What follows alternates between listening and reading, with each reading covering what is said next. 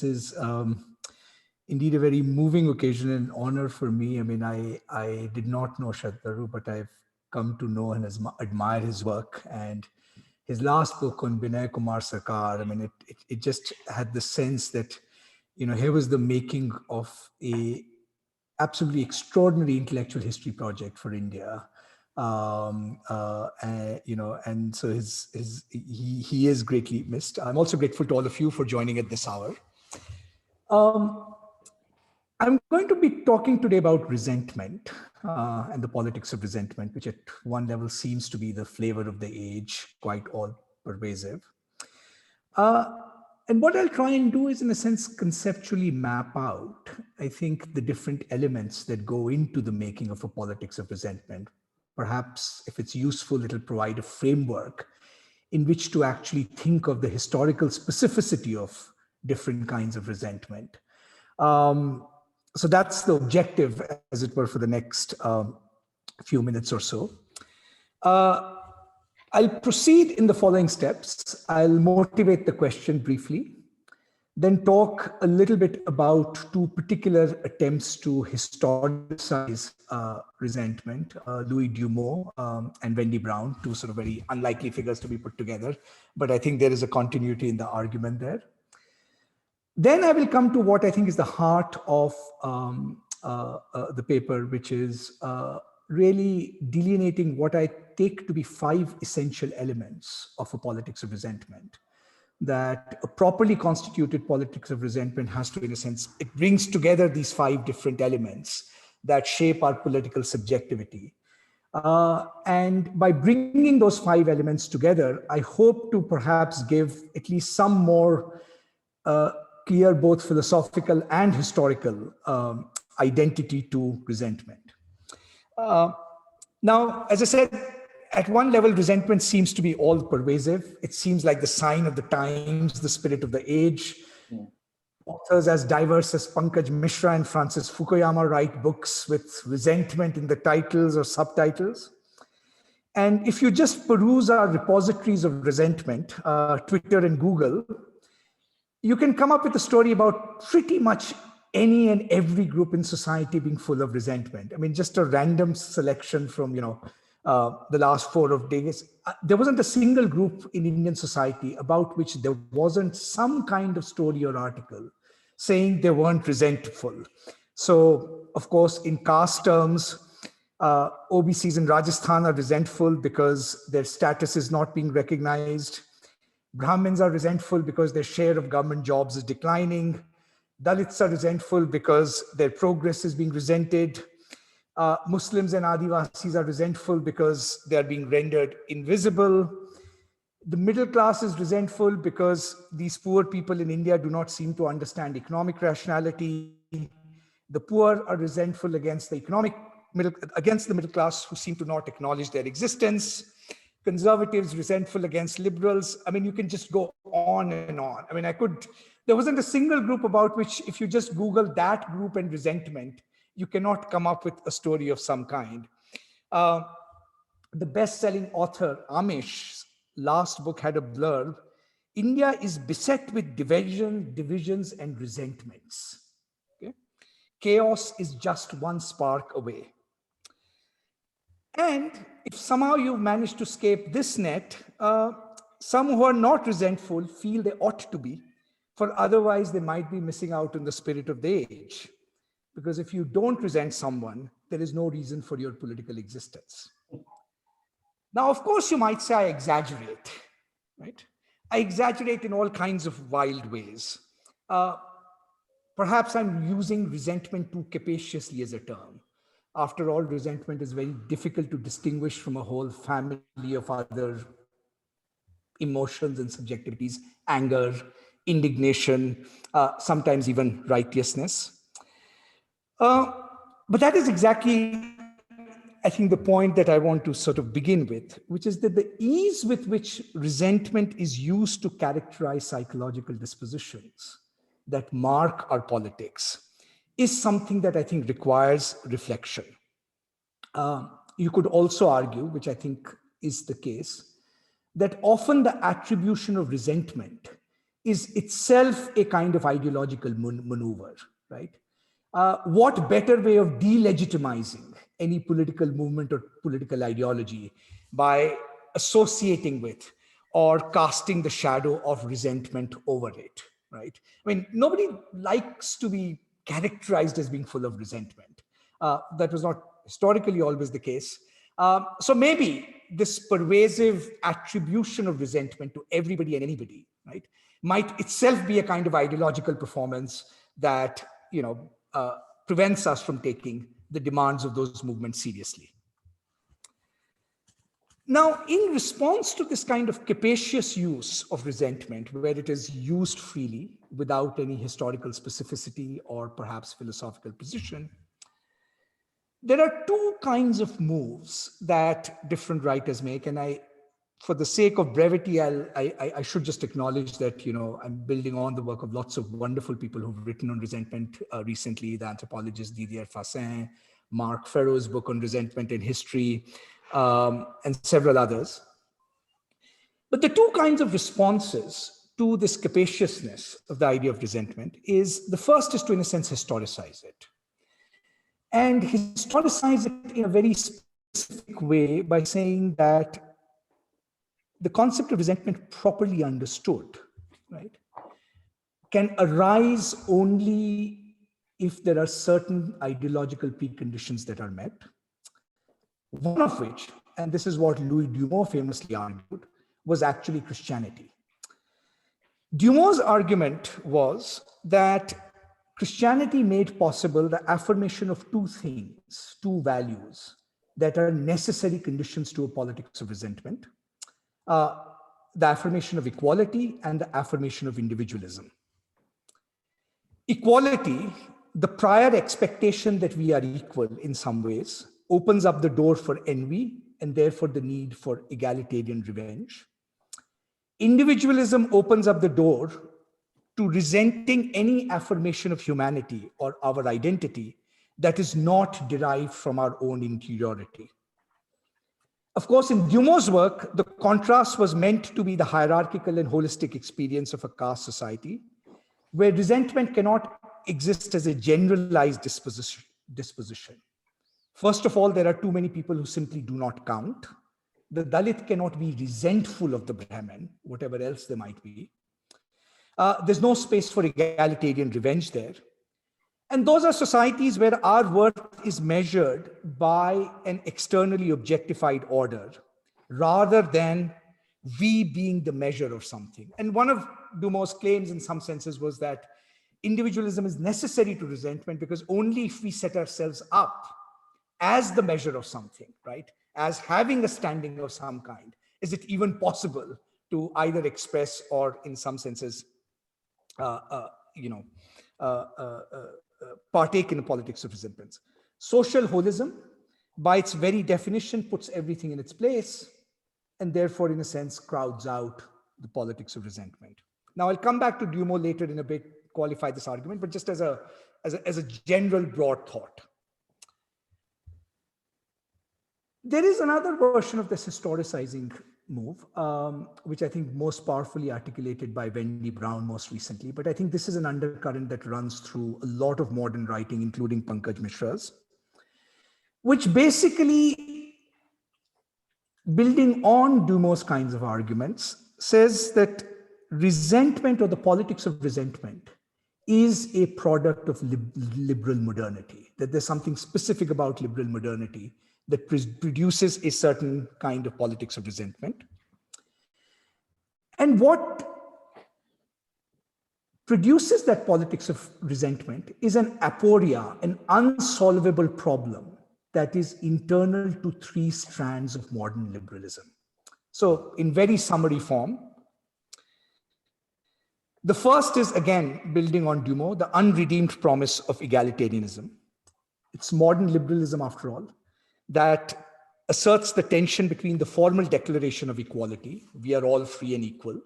Is that a statement of, is that a description? Is that a moral claim? Is that an already achieved fact?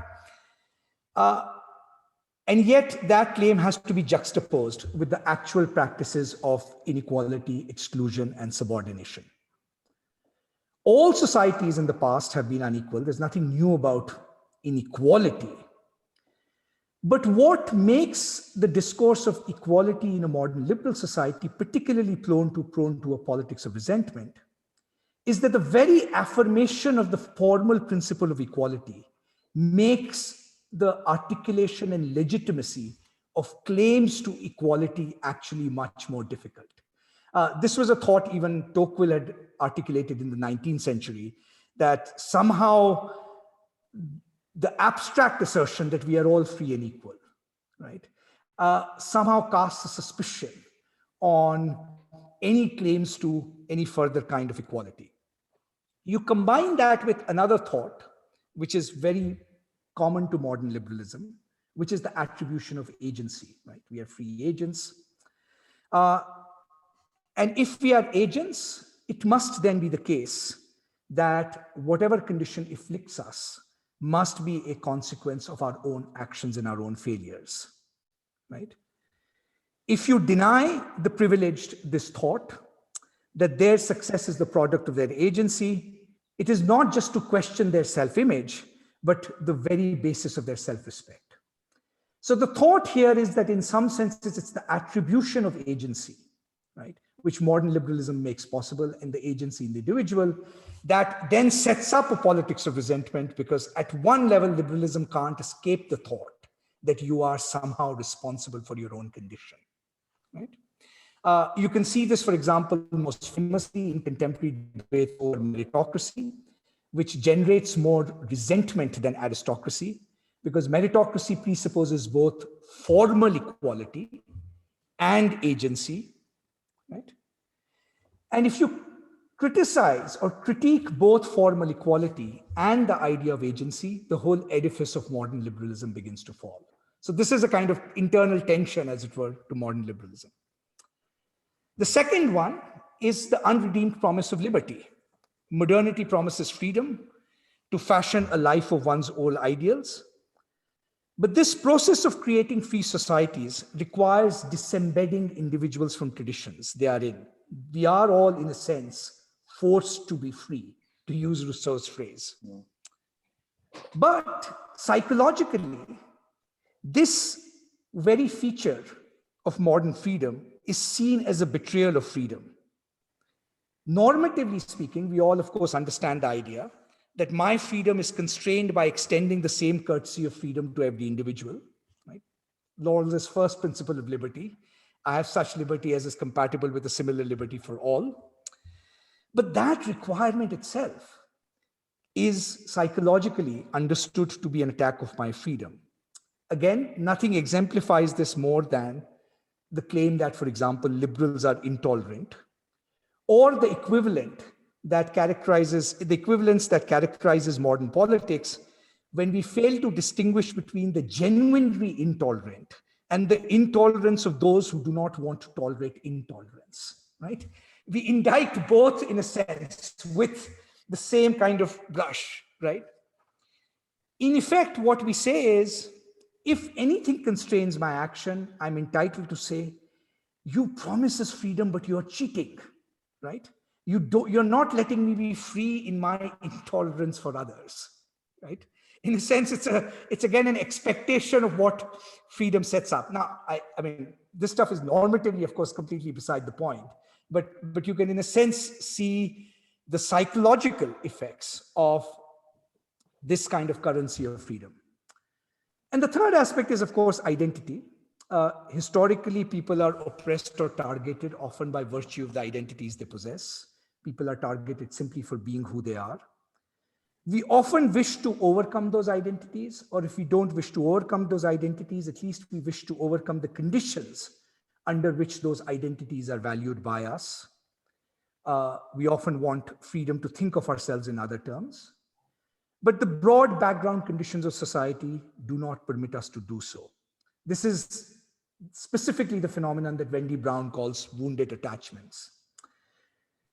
But she underestimates that this phenomenon is more characteristic of the powerful, those who claim to transcend identity, but are defensive the minute the identity they supposedly do not have is challenged.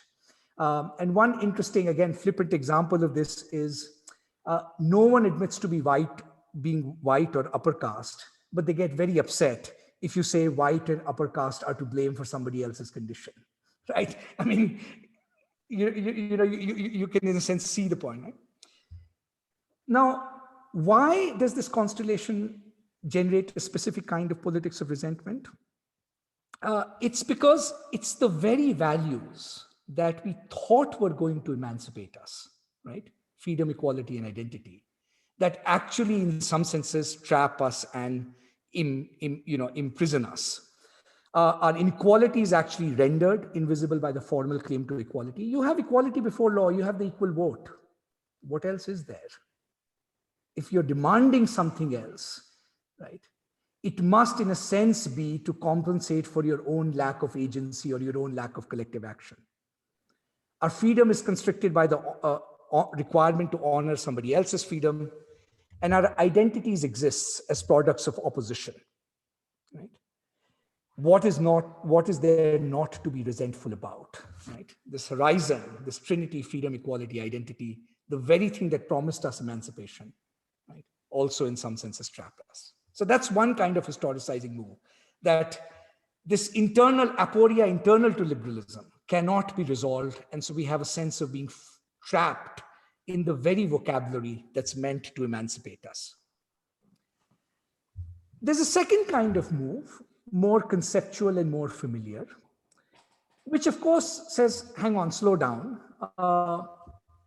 Shouldn't we be making a distinction between resentment and ressentiment, right? A standard distinction in modern thought.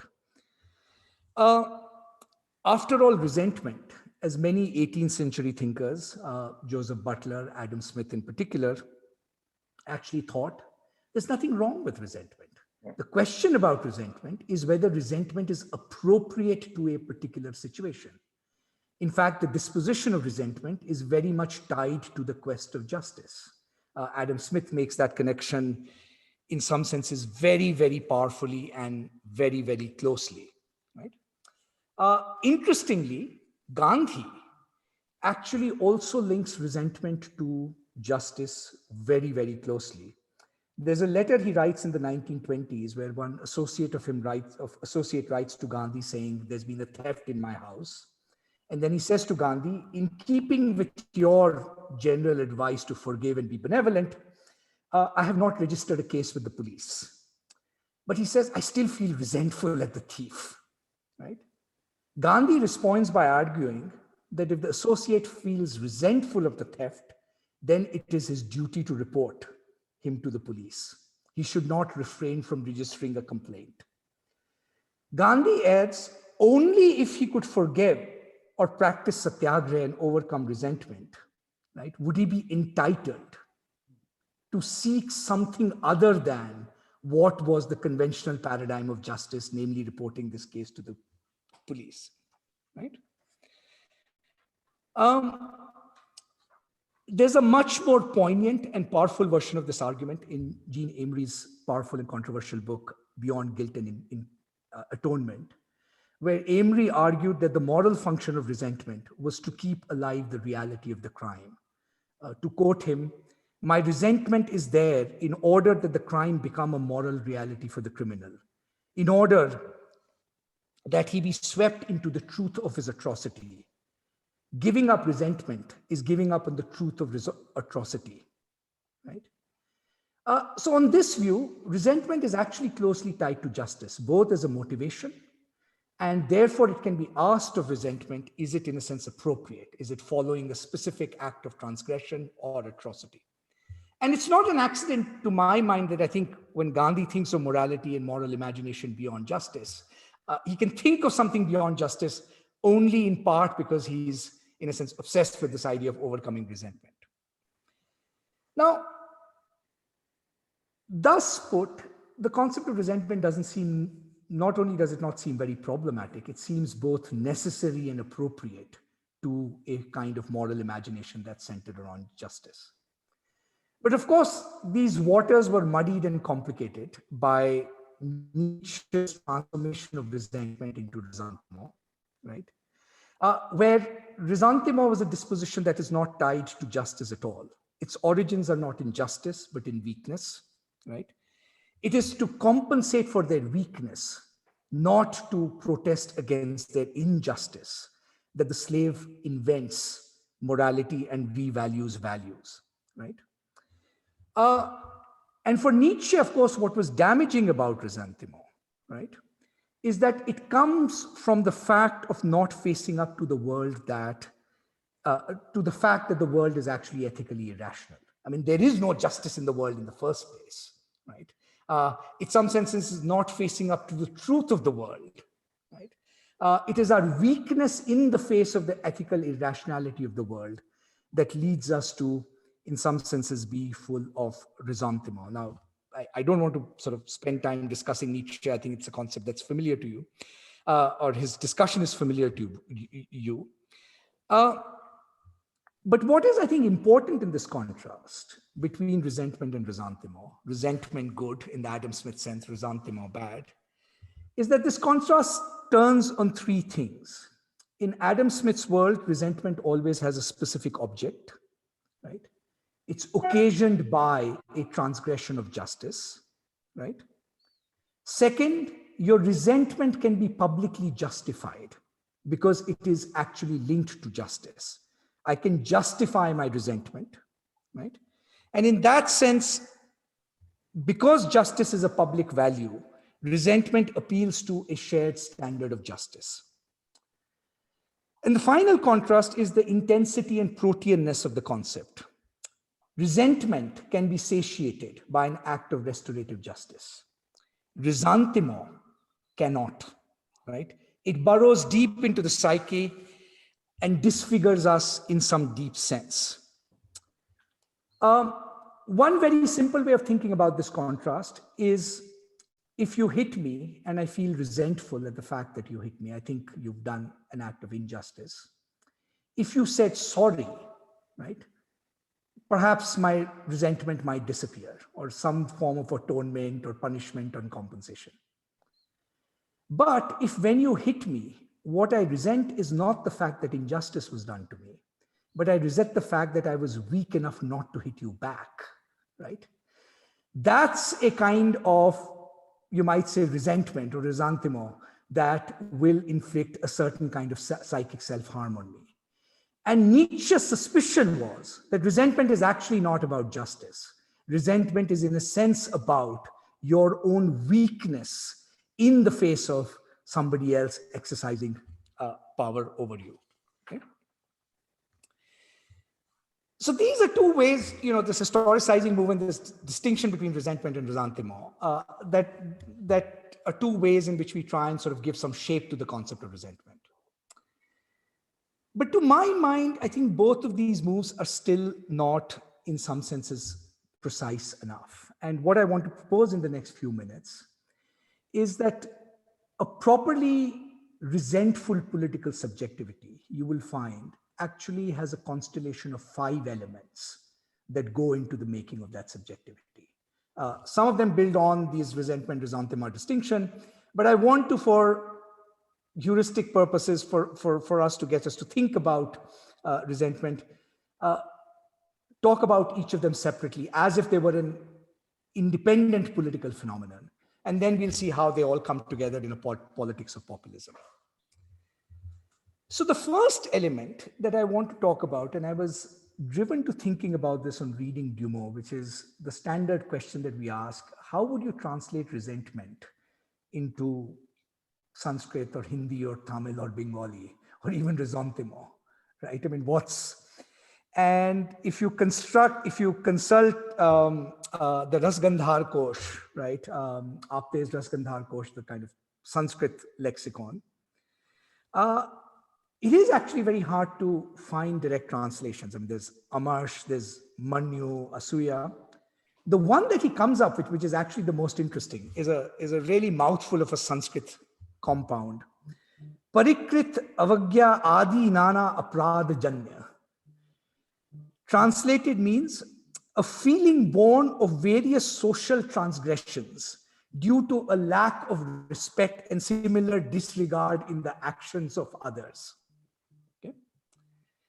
Now, what is the context in which this Sanskrit phrase is used, often in literary epics, particularly the Mahabharata? Surprise, surprise.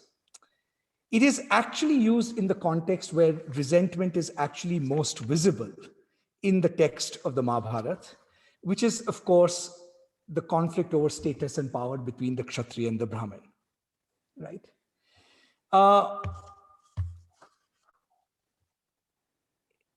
If you look at the Heidelberg Sanskrit text database, it's mostly Brahmins and Kshatriyas in these texts who display resentment, usually because the status recognition that they have been accorded is out of sync with what their real power is or what they deserve, right?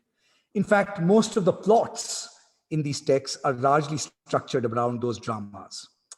There is little space for lower caste resentment. There's other things. Eklavya, the character to whom Drona asks to cut his thumb, is not resentful.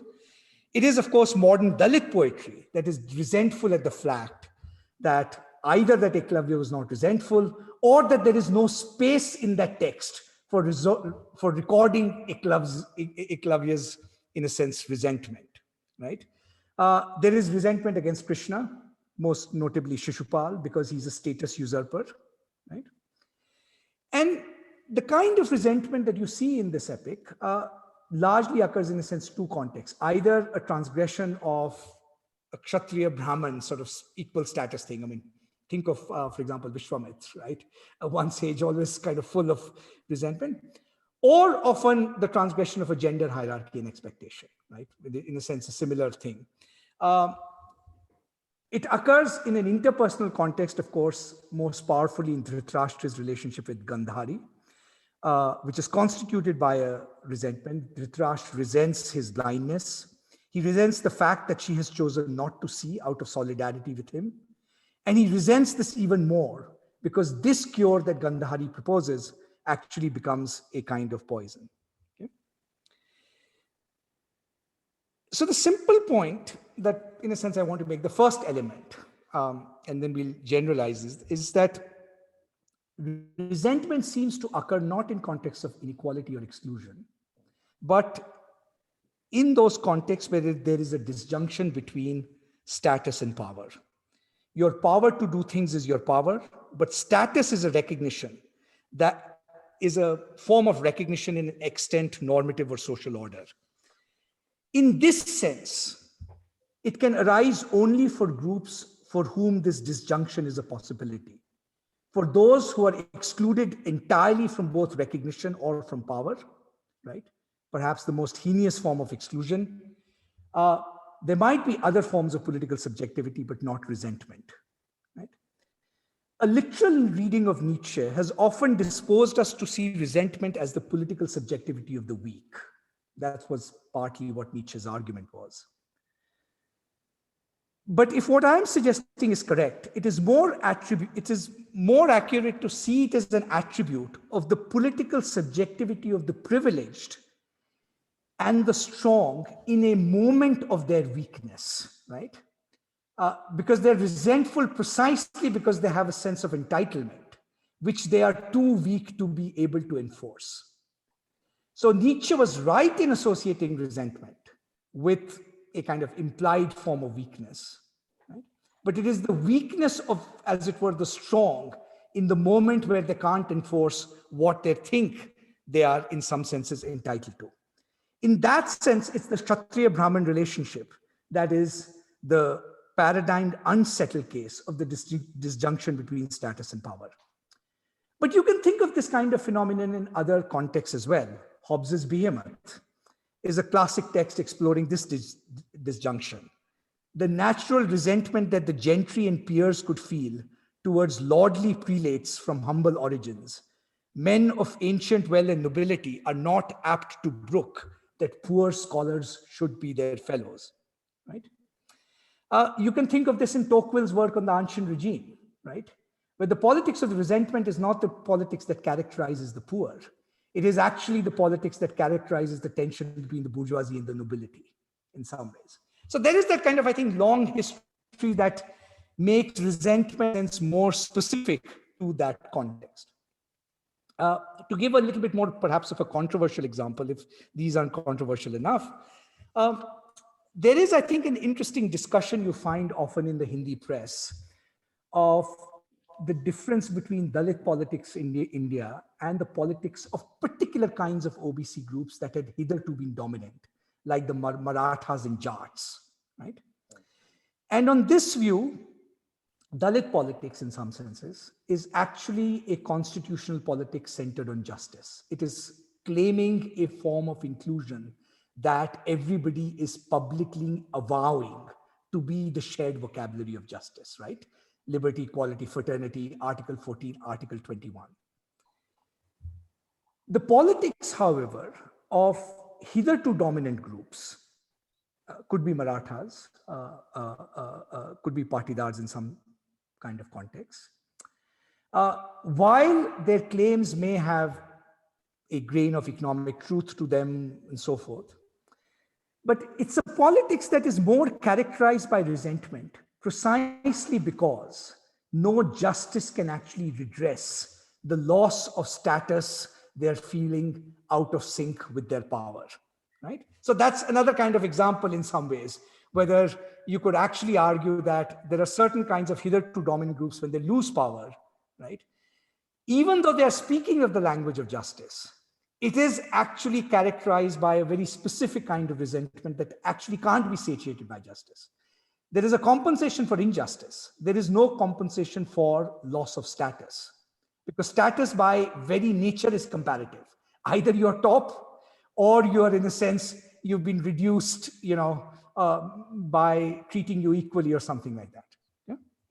So that's the first element I want to kind of sense highlight, that it's not just a generalized resentment against inequality.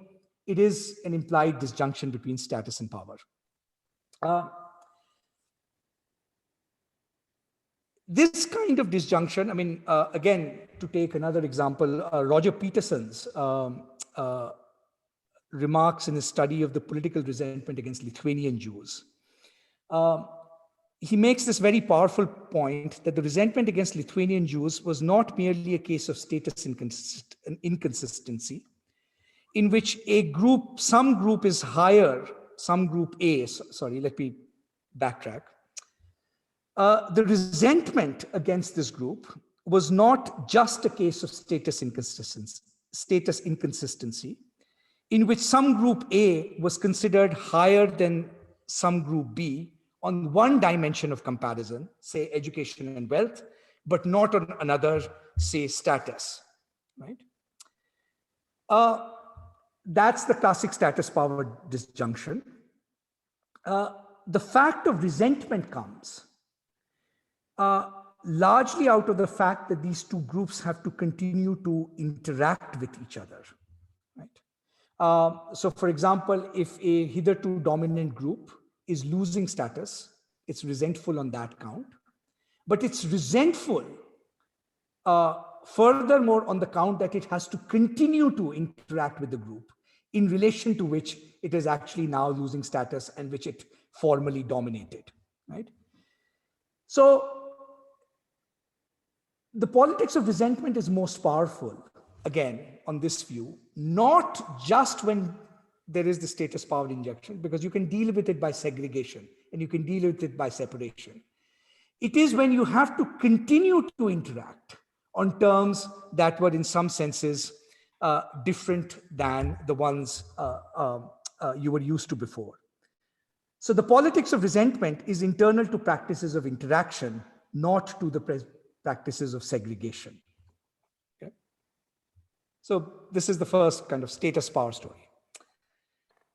The second element of a politics of resentment is, of course, resentment usually arises out of the experience of being in a kind of trap or a dead end or an aporia of some sort. Mere injustice does not produce a politics of resentment. It can often produce quite a vibrant politics of emancipation or a politics of justice. Deeply oppressed peoples, right? If there is a sense of collective action and political movement, right? Let's say, think of the civil rights movement, for example. If there is an actual political movement, right? do not often express the politics of resentment. If you even have slivers of an emancipatory narrative that is future-oriented, that is not resigned to the thought that the current predicament is inescapable, the fight for justice will not be tinged with resentment. So resentment has to have this element of a dead end, an aporia you can't solve. You might not be able to politically solve it for a variety of reasons, sometimes because collective action is very difficult. So the only thing to keep the memory of injustice alive is resentment. If you had an actual political movement tackling injustice, right, your investment in that memory reduces. Politics might be at a dead end because the normative order has shifted. You acquiesce to a new principle in a new normative order, right? But you can't let go of the identity that is disallowed by this normative order. So think of, for example, the politics of whiteness or upper caste domination, where the dead end is precisely, right, that you cannot legitimize that identity at the same time as you can't let go of it. It's again a dead end and an aporia in some ways. You might feel resentful because there's a shifting of goalposts. There's a kind of recoding of the normative order. Think of example, for example, how historical privilege can get recoded as merit under the guise of objectified measurement. It functions as a norm of exclusion in the same way that perhaps older caste distinctions might did, except that it is now coded in a form of moral legitimacy under the new order. There could be worse forms of dead end. The worst forms of dead end are the ones that I, for example, described in Wendy Brown's work, where the very language that was supposed to emancipate you, the language of freedom, equality, and identity, is the one that in some senses becomes a fetter around you.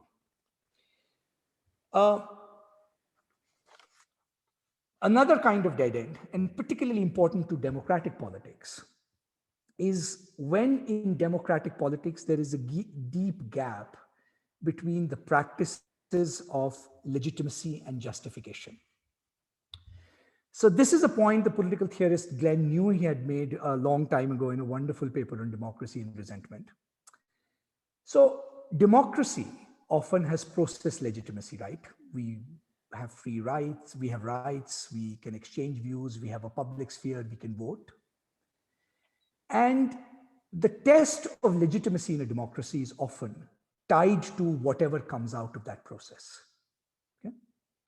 But of course, we all know, right, that whatever comes out of that process often does not correspond to our demands of justice or does not satisfy the test of justification. Would we accept these policies if we were reasoning as free and equal people, right? Okay. The aporia is this: if you question the process, you are installing a unilateral conception of justice. I mean, who are we to question the outcome of the democratic electorate, right? On the other hand, right, if you in some senses argue for your conception of justice, independently of the process out of which it comes, you are seen as delegitimizing the process that is the very basis of the social contract. Now, typically we try and close this gap between legitimacy and justification by saying what we have is not a real process in the first place. It's not a true democracy, right? Yeah. But you can actually see that that argument can itself become a self-fulfilling and unfalsifiable proposition, right? Because if you pack so much into the idea of democracy, that perfect justice actually comes out of it, it in some senses elides over the distinctions between process and justification. In that sense, democracies are always prone to this politics of resentment, because the processes of legitimation in a democracy do not produce outcomes that are justifiable to all. Democracies are also prone to a different kind of resentment because the moral expectations of the democracies are high. Because one of the features of a politics of resentment, if you're arguing in a Nietzschean vein, is that the higher your moral standards, the more prone you will be to a politics of resentment, right? So the causality can actually run from, in a sense, the high expectations of justice that democracy unleashes to a politics of resentment. But the crucial point here, right, is that it's experienced as something you ought to be resentful about when you're stuck in this dead end, right? The process is legitimate. You're in a sense being hoisted by your own petard, right? That's the moment which in a sense unleashes a politics of resentment that is very different from the normal give and take and discussions about justice. The ultimate form of resentment, of course, is the resentment against existence itself and against God. I mean, that's the ultimate dead end, right? If you think God cannot, as it were, solve your aporia, right? I mean, the ultimate guarantor, redeemer, then you are really in the highest forms of ontological and existential resistance. So that's the second feature. You have to be in a dead end, not just disagreement or a politics of injustice. The third feature, which simply follows from the second, is that if you are experiencing this politics of dead ends, right, an insoluble aporia, then of course your resentment has no outlet and no discharge. It's an emotion without a specified object. It risks misdirection, right? And it is also coming from a place where you are asking for an impossible demand. It's impossible in the sense that it cannot, you yourself have convinced yourself that it cannot be met under current circumstances, right? If it could, it won't in some senses generate resentment. So that's the point at which resentment shades over into what Nietzsche called ressentiment, right? Which this disposition, that is a disposition now without a definable object. How do I move the arc of justice if everything that I have thought of as an instrument to attaining that, right, either is not attaining it or itself is becoming the fetter? And which is why the politics of resentment by its very nature is more susceptible to misdirection. It's looking for an object to attach itself to. The fourth feature, which again follows from the third, is that if you're looking for an object for resentment to attach, you will require a politics of personification, right? What do I mean by politics of personification? Which is that somebody must be, some particular agents must be held responsible for this dead end or for this aporia, right? To be a little bit more historically specific here, to give two examples, Ronald Niebuhr thought, for example, that Gandhi's greatness was not his success in nonviolent change, but his ability to maintain a spiritual discipline against resentment. Maintaining a spiritual discipline involves discriminating between evils of the social system and the individuals who are involved in it. So Niebuhr complimented Gandhi for doing this under colonialism, right? And the greatness of India's anti-colonial movement under Gandhi on this view was that it did not resent the English, right? Gandhi could see or construct a anti-colonial movement that was in a sense free of personified resentment. They objected to injustice, but they neither resented the English.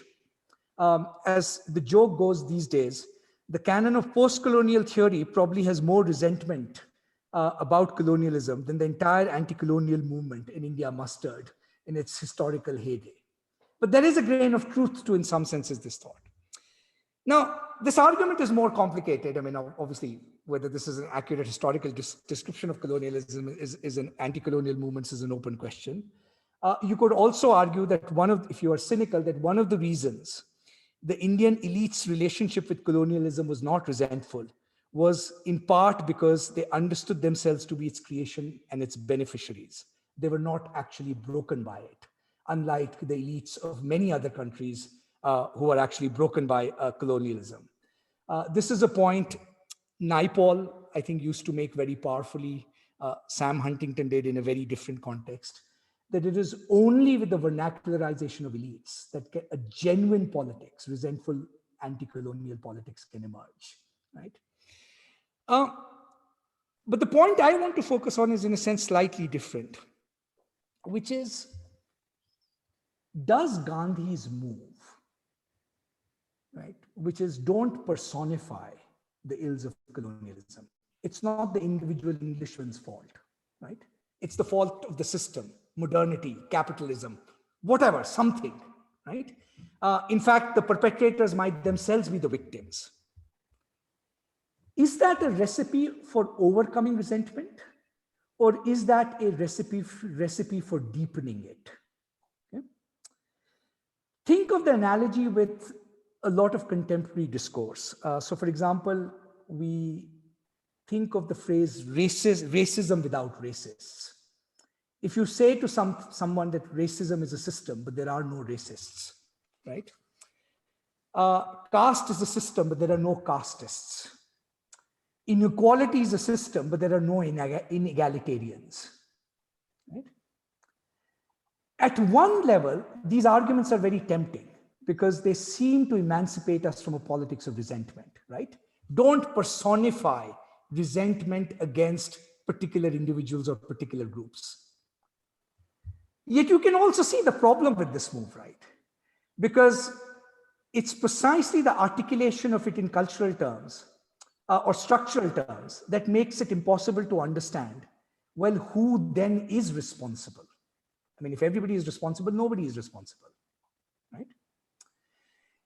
And one of the things I've always been struck by is that as much as Gandhi's move might have been, right, driven by the desire to not give in to the temptations of resentment, whether it was precisely that move, that refusal to personify, that can actually generate deeper resentments of different kinds.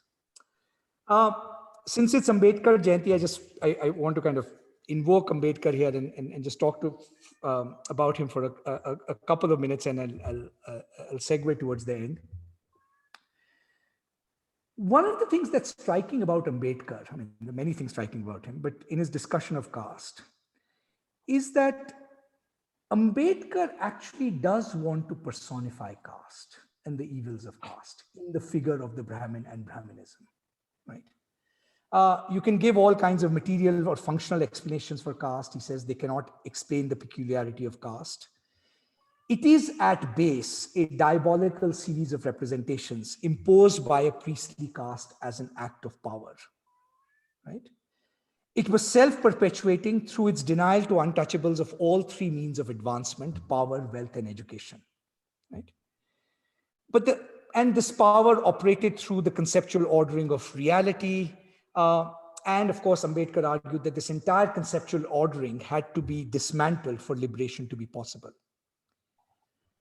But one of the things Ambedkar did insist in all of this is that you had to, in some senses, see the perpetuation of the caste system as an act of choice, perpetuated by actions of the priestly class. It has to, in some senses, be personified in the figure of the Brahmin, right? It's not caste without castes. It's not racism without race. I mean, they will find their targets, right? Yeah. And I think Ambedkar was, tapping into something, deeply interesting, about moral psychology, which is, can you actually satiate a possible politics of resentment if nobody is actually responsible for the condition you are in? Is that even a much deeper aporia, right, than perhaps the more contingent of aporia that you can't actually displace holders of power? This is Ambedkar's version of Jean Amry's argument that personification of resentment is responsible for keeping the crime alive, right?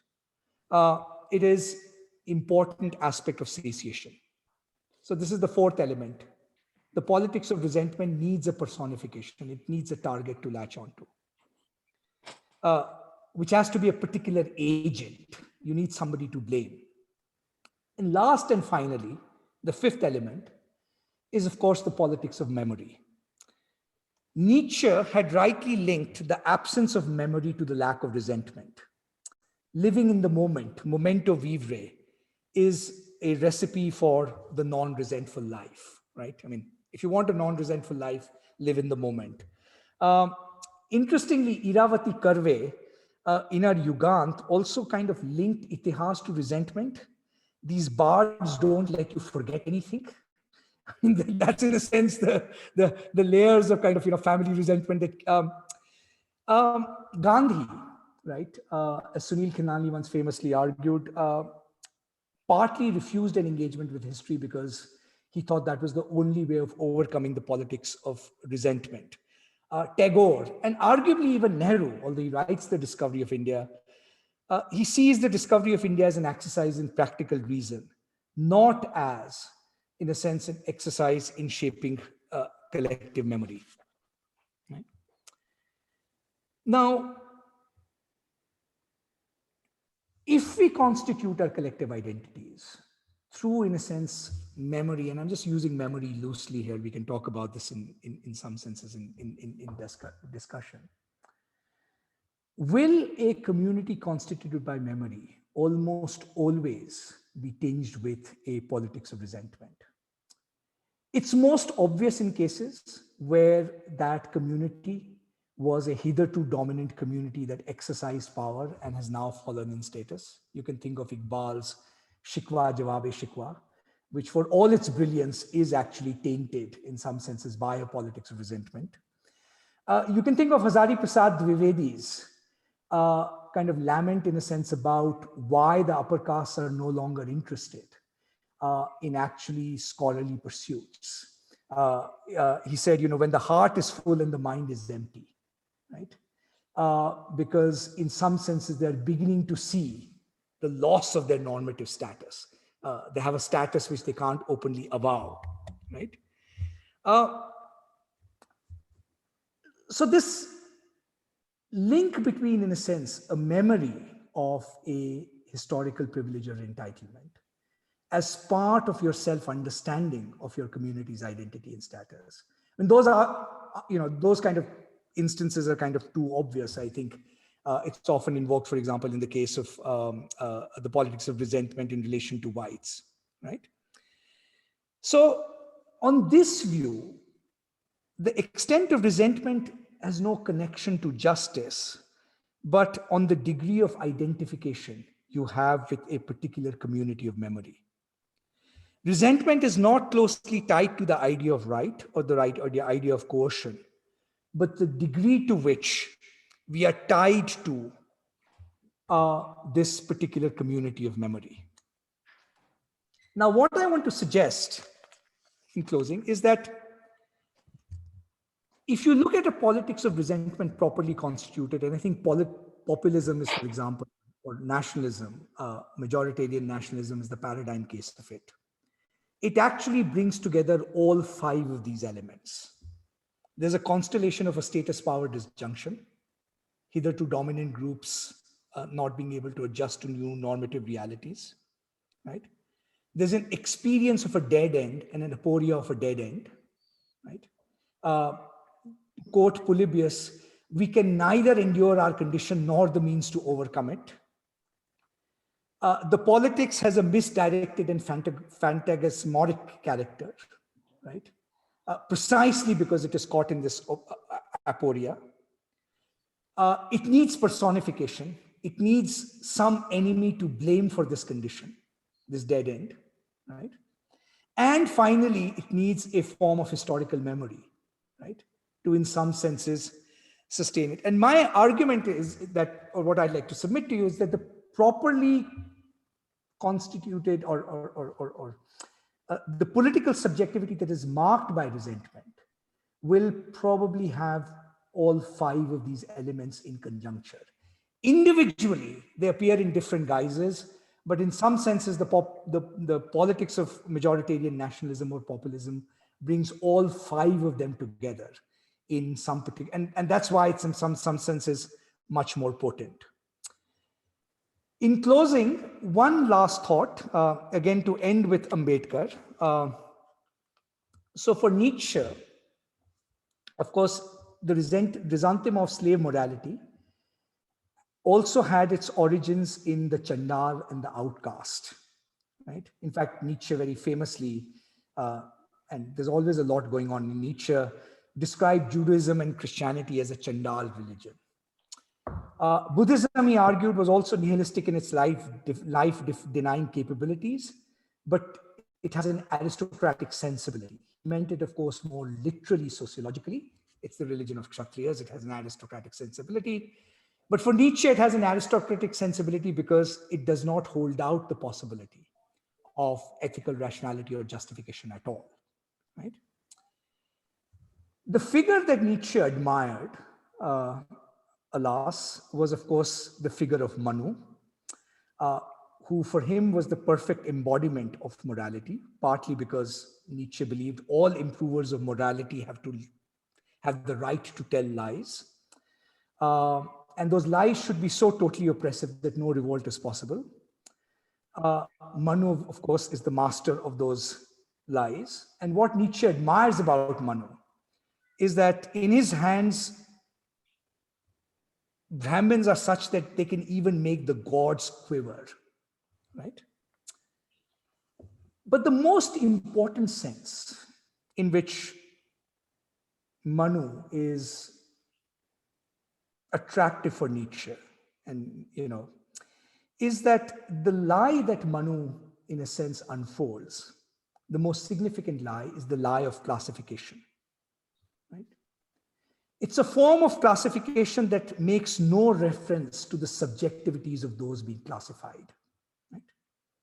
One of the things that is not possible in Manu's system is any self-definition. Okay? It, in a sense, is a system of classification that has no reference to your subjectivity at all. I mean, that's what, again, Dumont talking about social holism. In this sense, caste becomes a perfect semiotic system of science where the very act of naming gives everyone a compulsory identity. And the ultimate power that Manu has is the power of naming. After all, Manu is the lord of naming, right? Identities are not a matter of self-definition. They're a matter of imposed and compulsory character. Now, I was using searches to look up references to resentment in Ambedkar's work. And in his collected works, I came up with 34 references. Okay? And the references occur, surprise, surprise, largely in two contexts. The most significant is resentment at being called Harijan, right? Of course, the name Gandhi gave him, children of God, which was, of course, if you know the history, it was almost like Gandhi acting like Manu, being the lord of giving names all over again, without reference to either the subjectivity or the agency, in a sense, of the people who are being named. Right? The second references are to a more intriguing concept of what Ambedkar calls sympathetic resentment. Okay? So this is not the resentment at injustice, not the resentment in a sense being trapped in this identity. Ambedkar says, kinship makes the community take responsibility for vindicating the wrong done to a member.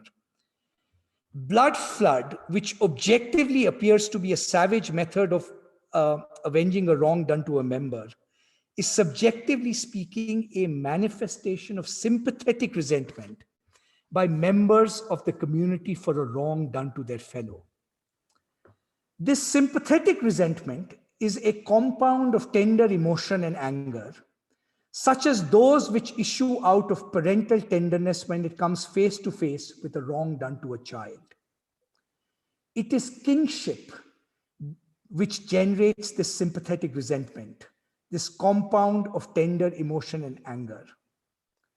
And then he adds, it is kinship with another community that will be the best insurance which the untouchable can effect against Hindu tyranny and Hindu oppression. And Ambedkar's point was, in some senses, that the only politics that can overcome this dead end of compulsory identities is the capability of a kind of sympathetic resentment, where a third party is actually resentful on your behalf, right? Partly because that's an expression of solidarity that helps you overcome that dead end of being trapped, right? But partly also because it takes resentment back to its original roots that I talked about in connection with Adam Smith, as a publicly shared and publicly tethered to a publicly shared and publicly justifiable conception of justice. In short, what Ambedkar was saying is resentment is ultimately nothing but the absence of fraternity. And in the absence of fraternity, no agency, no freedom, no equality, no identity. Thank you so much.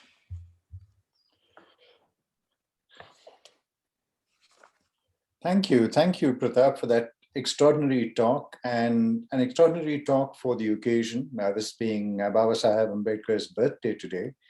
And there was this keen of argument that ran through your discussions of resentment, which finally ends with the impossibility of fraternity that Ambedkar envisaged, that you could legally enforce liberty, you could legally enforce equality, but fraternity was not something that could be written. It could be written into a constitution, but it had to be generated through affinity, through kinship, and so on. So this impossibility of fraternity, which lies at the heart of our inability to be with each other. But I think I'll just make 3 or 4 points before I open it up. And I do not hope to summarize what you have said. It was a rich landscape of argument, but just some thoughts that arose as you spoke, that at the heart of this lecture is also this question of equality and inequality with which you began, that there are no equal societies anywhere, much though we might like to think they exist in Melanesia and in spaces out there somewhere. But the fact that to kind of paraphrase Tolstoy, there are no equal societies, but unequal societies are unequal each in their own way. And in some sense, the idea of resentment, the politics of resentment, is related to this question of the different manifestations of inequality in different societies, which also ties up with this question of fraternity and its impossibility that you ended with. But this problem arises in its most fundamental form, I think, which is what you were arguing, within a democracy. Democracy produces rich reserves of resentment precisely because it seeks to address through a rhetoric the possibility that all resentments can be alleviated. And it also gives agency to multiple actors in order to alleviate their resentments. And this doesn't happen because, again, you have structures of inequality, you have the impossibility of fraternity, and so on.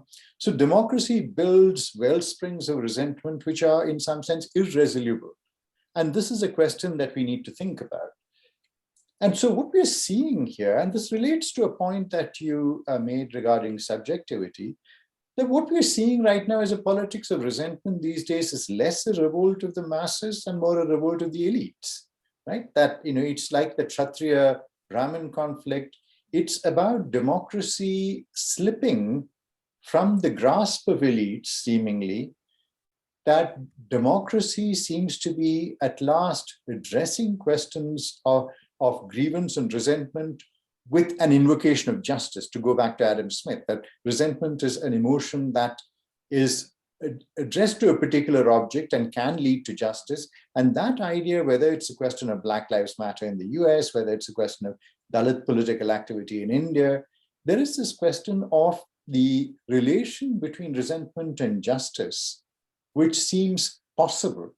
And that is the tension that lies at the heart of the revolt of the elites. Finally, I think a word that was not used often enough, or not at all, and probably is a central feature of democracies, is the question of impunity.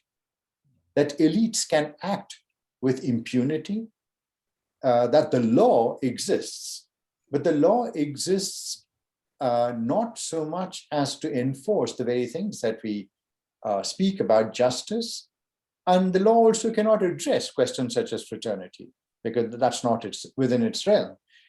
But the question of impunity is something that drives this politics of resentment from the subordinate and the subaltern and so on, which then requires the kind of personification that you speak about. Right? That no matter what, within a caste society, within a race society like America, that certain acts are possible, whether speech acts or actual physical acts, which are unpunishable or which will go unpunished. So this question of impunity ties up to questions of equality, questions of fraternity, and questions of resentment. But that's a set of very, very, very preliminary observations. I don't think they've actually gone to the heart of many of the issues that you've raised here. Would you like to address these now, or would you like to take it up with other questions? What I'd like to suggest is that, one of the things that we tend to do on Zoom is to use the chat box. Now, if we are going to use the chat box, I suspect we'll be here till midnight, Indian Standard Time, as people type in laboriously perfect questions and present alternative papers as well. So what I will request is that you raise your hand. I mean, there is this, you can put up your hand by clicking a button, and then I'll come to you, and then you can ask a question. And no sooner does your question threaten to become a paper in its entirety, I shall cut you off in a very undemocratic fashion. We request that questions be very precise, and so that everyone can participate to the extent possible. We have another half an hour to go, so I think there's enough time to take up these questions. So Pratap, would you like to address my comments, or shall we just move on to? Shall we take a couple, maybe take in clusters of 4? It might just be easier to... Clusters of 4, okay. Not clusters of 3, that's a classic. Or 3 or whatever. I mean, yes. sorry. Okay. And I mean, partly also just love to hear from all our colleagues and friends. Okay. Sure clusters of 3. I think it's possible for you to indicate that you want to ask a question maybe use the thumbs up sign in the reactions below, which will appear then next to your name, and then that will allow me to identify you. Has everybody seen that? There is a reactions at the bottom of your screen. You can click on that, and that will give you various options. Do not put in the crying face. Use the thumbs up. There we have the first question from Igor. Let me see. Let me unmute him. Igor, can you unmute yourself? Yes. Can you hear me now? Yeah, you're audible. Excellent. Yeah. Thank you, Dilip. Yeah. Thank you. Thank you, Pratap, for an amazing talk. Yeah, I'd just like to say briefly, or put it to you, this question of the impossibility of fraternity.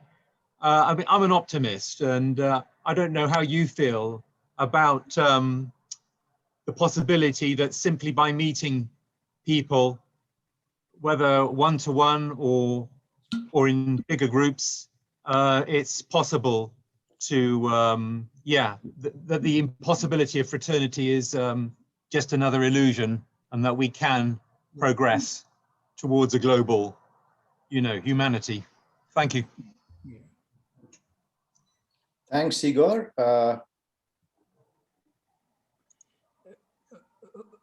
Okay, shall I take yours and Igor's? They're connected while others come in. Okay, yeah, while others mull.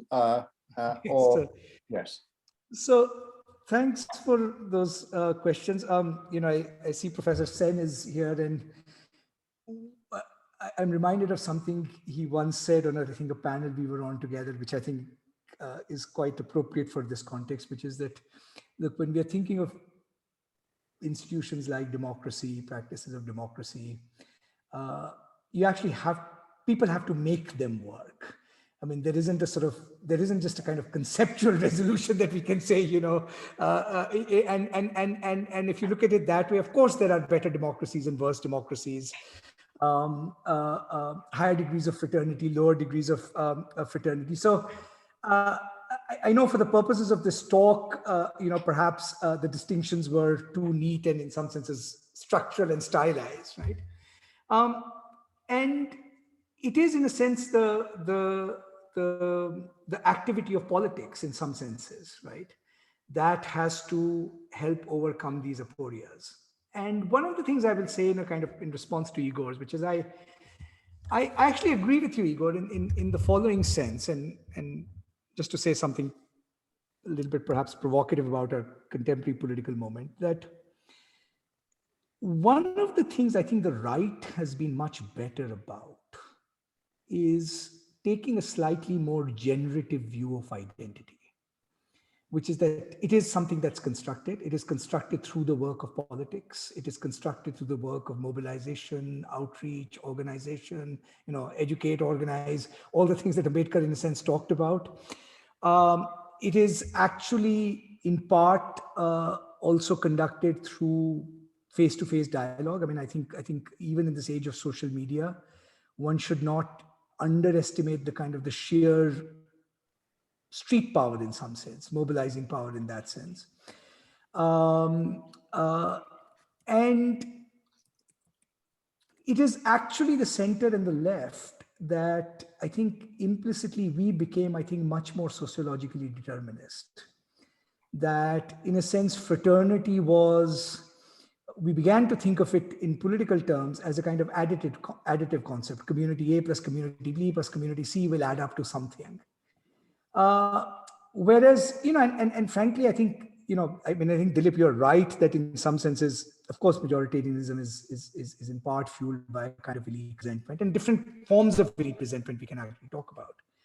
But I think one should not underestimate the fact that how much of it, both electorally and otherwise, has been able to reach out and reconfigure political identities, even amongst Dalits in some ways. I think as we're seeing in West Bengal, in ways that are historically surprising. Right? Now, and if you want to take, in a sense, the optimistic lesson out of it, it would be Igor's, I think, one, which is that ultimately the production of fraternity has to be the work of politics. Right? And the question is, and politics in a sense, in the old-fashioned sense, right? Talking, creating structures of reciprocity, so on and so forth. And the question then is, why has the kind of politics that may produce an alternative politics or produce fraternity actually in some senses become so much weaker? I mean, even if you take Gandhi himself, right, at some level, for all the limitations of the Congress and, that we now know in kind of hindsight, it did rest on a certain kind of generative conception of politics.